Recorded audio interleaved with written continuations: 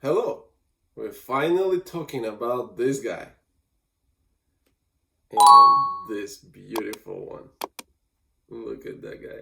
Oh, so pretty. First of all, I'm not a mushroom expert. This is a not recommendation or advice about what to do with mushrooms or what not to do with them. This is me just sharing my thoughts. Videos is for entertainment purposes and maybe hopefully some educational purposes. Thank you. Let me introduce you the famous, the most recognizable mushroom of them all, Amanita Muscaria, or Fly Agaric, Мухомор Красный. First, identification. This is the easiest to recognize, probably the most recognizable mushroom in the world, probably. Cap is red with white spots. There's a skirt on the stem. The bottom of the cap, white gills on the bottom of the cap. Stem is white, and there's a bulb at the bottom. This mushroom is very, very controversial. Even so, this is probably the most recognizable mushroom. Let me tell you, there is multiple variation of this one. Even for the red one, people who know about mushrooms, they probably think about the panther or the pale one or the orange one. Yes, but there's also different types of the red one. So it's still gonna have similar qualities, but there is more than one type of this mushroom. This is a fair warning. Doing anything with wild mushrooms, consuming, prepping, doing some other things can be very dangerous. Never do anything with the mushrooms that you don't know, never tried before. Mushrooms could be delicious. Mushroom could be beneficial for your health. Mushrooms could get you sick. Mushrooms can get you dead. So always treat it with respect and be very, very careful. If I'm trying some new mushrooms, I usually start just with a little bit.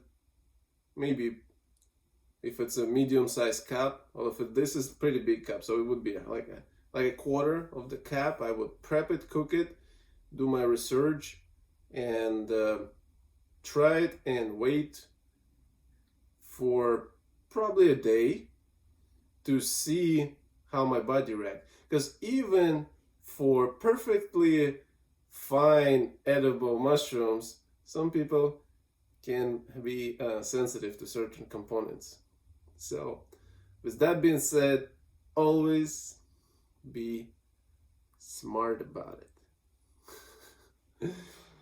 You know, there's so many purposes for this part of your body. You got eyes to see, you got nose to smell, ears to hear, mouth to talk and eat, and then you can breathe. But don't forget to think. Think about it. The biggest debate, poisonous or edible? Listen, in this video, I will not give you no recipes. If this is what you're looking for recipe, how to prep this mushroom, this video is not about it, okay? The biggest debate, is it poisonous or is it edible? It is both. Yes, it is poisonous. This mushroom has a component that will get you sick. Okay? Symptoms could include stomach cramps, diarrhea, nausea, vomiting, everything that follows those, with dehydration, then headaches,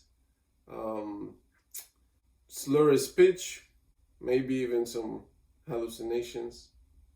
Yes, this mushroom is poisonous because if you consume it without proper preparation, it will get you sick. It give you food poisoning. It give you symptoms of food poisoning. That's why it is poisonous, okay? And symptoms could be severe. I know in history there's like few fatal cases. I thought to be honest, I thought it's more dangerous before, until I did my research and got more familiar. It is, you have to eat, to get sick you don't need much, but to die from it takes more. But it has the close relative from this family that was much more deadly. Okay, it's look kind of brownish, but we don't talk about that one. We talk about this one, red super mushroom. So let's once and for all just close this question. If it's poisonous, yes, it is. It is a poisonous mushroom. It gives you food poisoning. Okay. All right. Now let's move on to the other side. Well, you just fear mongering. Well, what do you know? I know somebody been eating these mushrooms. I watch internet videos. Yes. If properly prepped, this mushroom can be eaten without any bad symptoms, just like a regular food. There's certain ways to cook it that you break down those components that make people sick, and then you can just eat it just as a food, which is, in my opinion, a waste of mushroom, because this mushroom has great qualities, wonderful qualities. To go out and just hunt those mushrooms just to eat it, I think it's a waste of mushroom. Seriously, it's like somebody give you a car and you use it as a storage and you keep walking everywhere. Like, instead of driving it, you're just like, oh, I have a trunk, so I'm gonna use it as a storage. Like, no, it's more to it. You can go places, you can drive. So same with this mushroom. It has so many great qualities. And if you just go out and just pick them all and just prep them certain way, so you're like, oh, I eat them. Yeah, if you prep them, it doesn't get you sick. Well, you just wasted it on food. Like, yes, you can eat it, but I don't. I don't see no reason. I go hunt boletes, I go hunt chanterelles, I go hunt bluets, and yeah, it would be great. Yeah, those I'll eat. This one has wonderful, outstanding properties. Okay, now some would see this and say psychedelic. Ooh, psychedelic. Well, wrong. This is not psychedelic mushroom. Psychedelic, there is a certain component that make it psychedelic. This mushroom doesn't have this component, so this is a not psychedelic mushroom. So, what is it? A magic mushroom? You can say that because it has psychotropic properties. This mushroom's known for something called microdosing, which is, if prepped accordingly, can be used in a period of time with a small dosage. People would have a lot of positive effects, such as better sleep, vivid dreams, more mindful, less anxious, less stressful, more mindfulness, more calmness. Start making healthy choices. People who've been addicted to alcohol and cigarettes have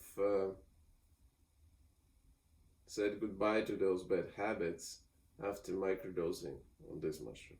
Wonderful effects on many people that said how the life pretty much changed after using this mushroom. There is also ways to make certain potion using this mushroom that use for pain relief in joints. Instead of consuming it, people would just apply it on certain areas like elbows, knees, shoulders, and this mushroom would help with their conditions. With that in mind,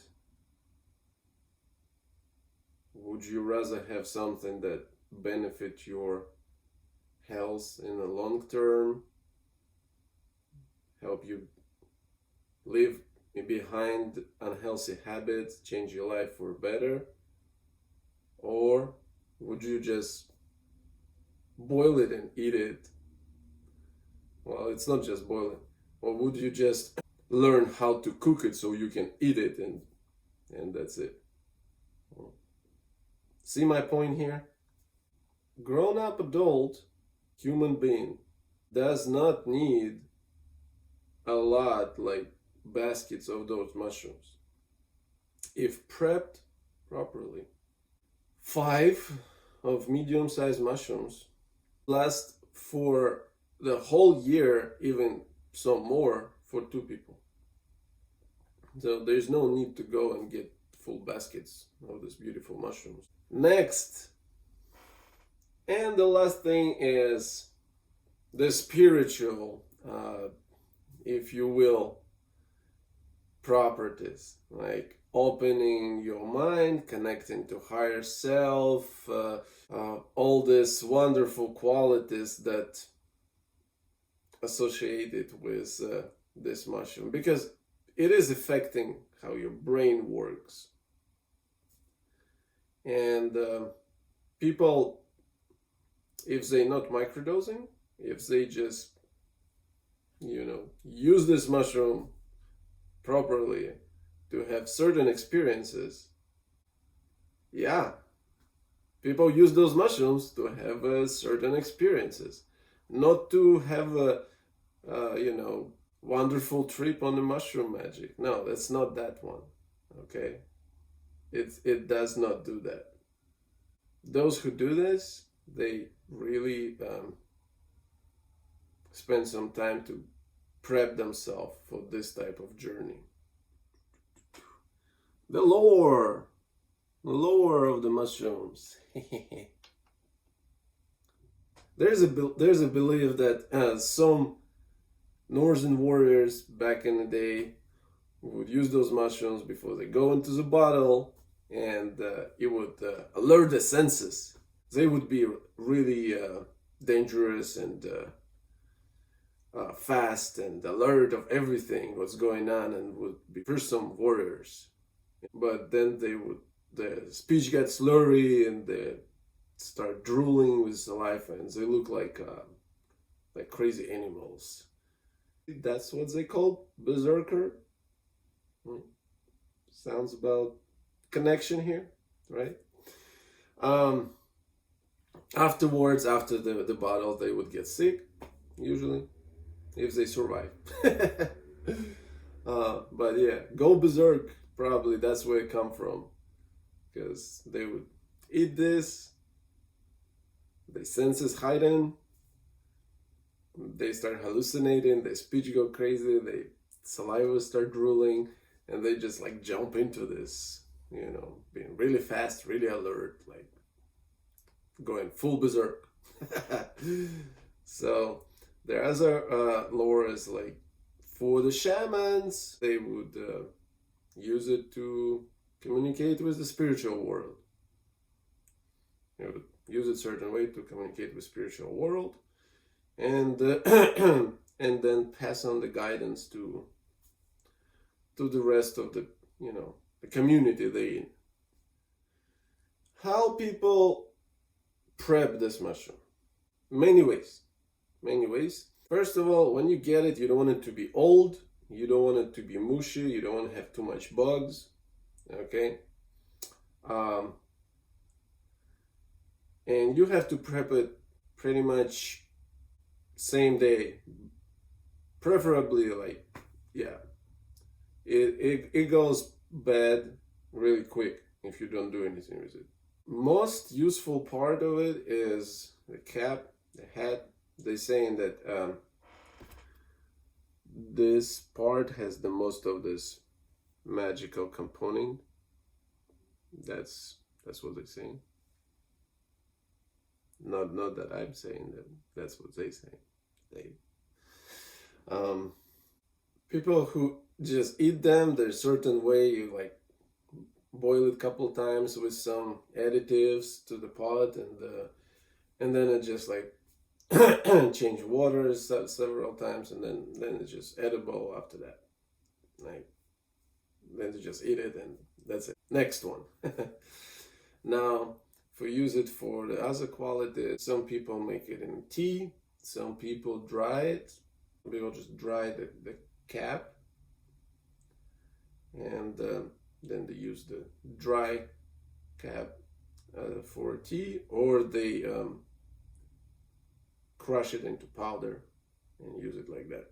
There is a ways of make it into potion and ointments. That's what I'm more comfortable with, because it's easier to control the dosage in a home environment. Also, some practices that there's like certain diet. I don't know about the details, but pretty much someone has to be, I think, fasting. I'm not sure. Okay. And then they eat those mushrooms, and then they pee, and the urine used for as a drink to get the qualities from this mushroom. That's what I heard.